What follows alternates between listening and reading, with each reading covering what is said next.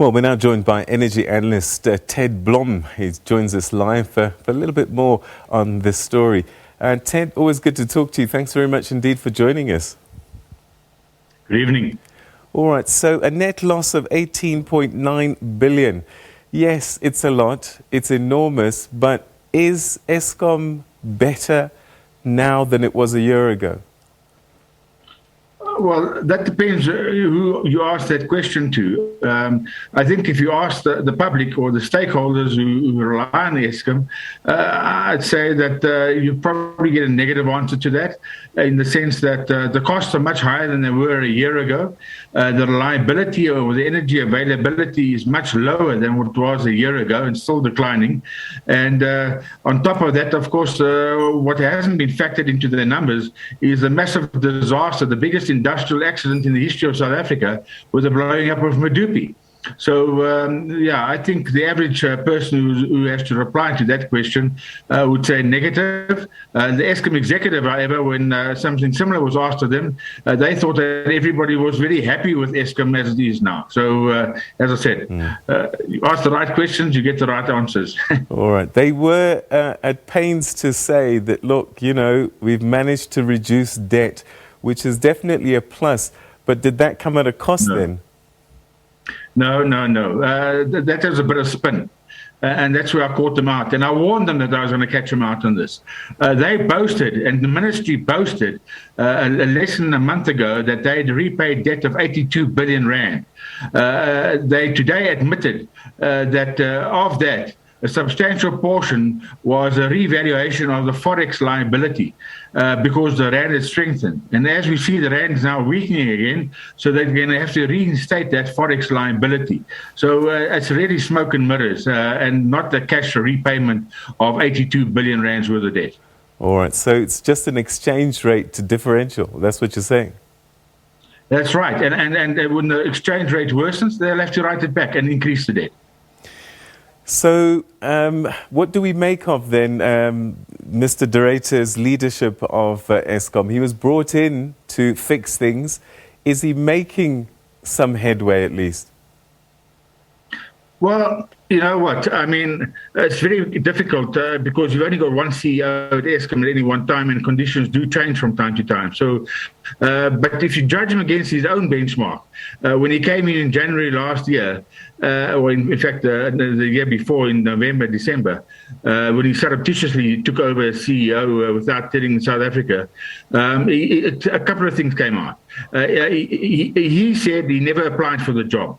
The minister says he supplied the best information and CV and video, and that's why he got the job. He also undertook to stop load shedding within 18 months. We celebrated that deadline on the 2nd of June. It's one of the biggest load sheddings in a long time. When, in my calculations, it was level 6 load shedding, and I've got the numbers to prove that. And Eskom surreptitiously again only announced level 2 load shedding. So what's come out over the last year and a half is that what Eskom tells you and what's the truth might be two very different stories. So what does that mean for us consumers in terms of energy supply, consistency, and load shedding?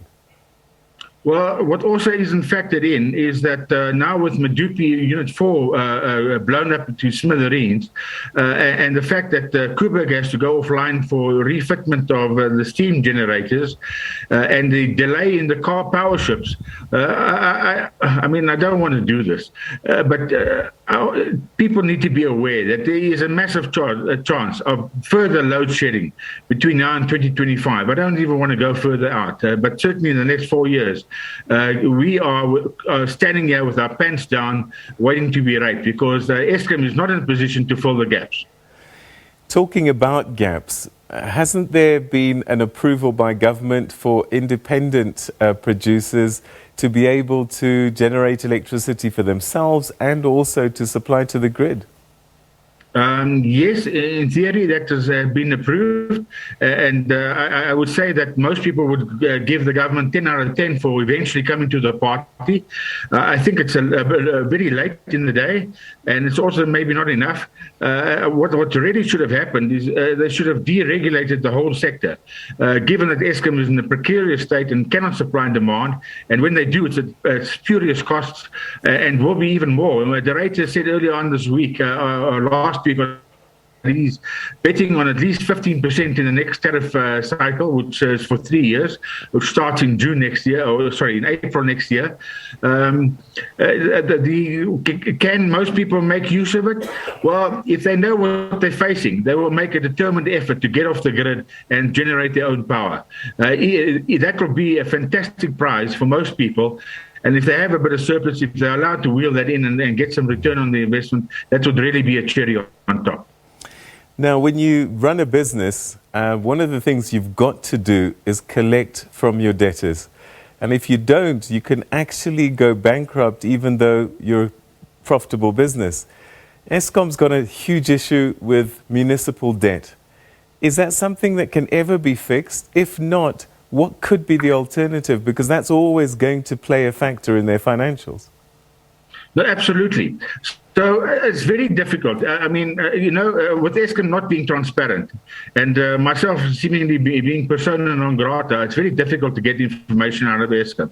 Today, they declared that the average cost of Medupi and Kusile is around about 165 billion apiece. If you add it up, it gets to 320 billion. Prior to the so-called much fantasized debt paid back, Eskom owed around about 500 billion to the markets.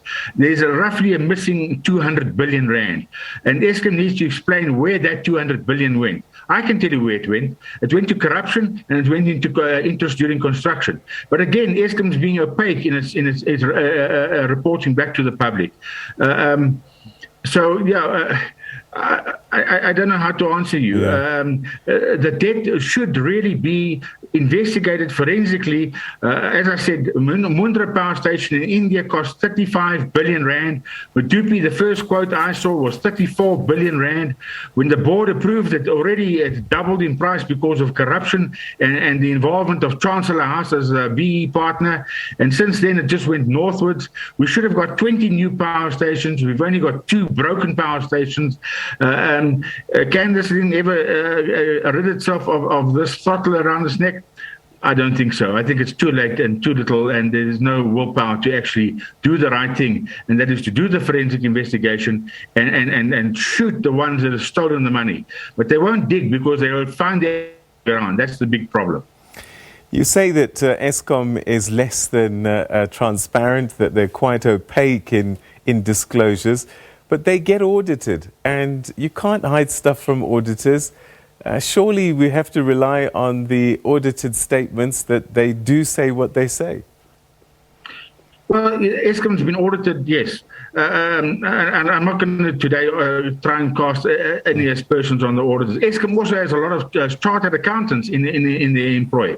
And I've written to the SABC and I've asked them for a list of those names because the corruption's happening under their very noses. The corruption in the last 12 years has happened under the noses of the auditors. The corruption has happened under the nose of Scopa. I don't think there's any guarantee that there's an audit that they actually have the willpower or the ability to find the corruption. And let me just give you an example of the opaqueness. Eskom has been telling you and me that the reason they are delivering such poor power is because of the old fleet. The fleet is 37. You can repeat. Everybody knows the statistics. Eskom has forced it down our throats. The average age of the fleet is 37 years, etc. And if you take away the new stations, it's even older and so forth. Worldwide, there are stations that are over 100 years and still performing to specification. On the 2nd of June, Medupi, the brand new station, couldn't put out half of the contracted amount of power. The same at Kusile. And so for the last 12 years, it's not been Medupi and Kusile that saved us from blackouts. It's the old fleet that's been saving us from blackouts, notwithstanding inadequate maintenance, incompetence, and delinquency and corruption.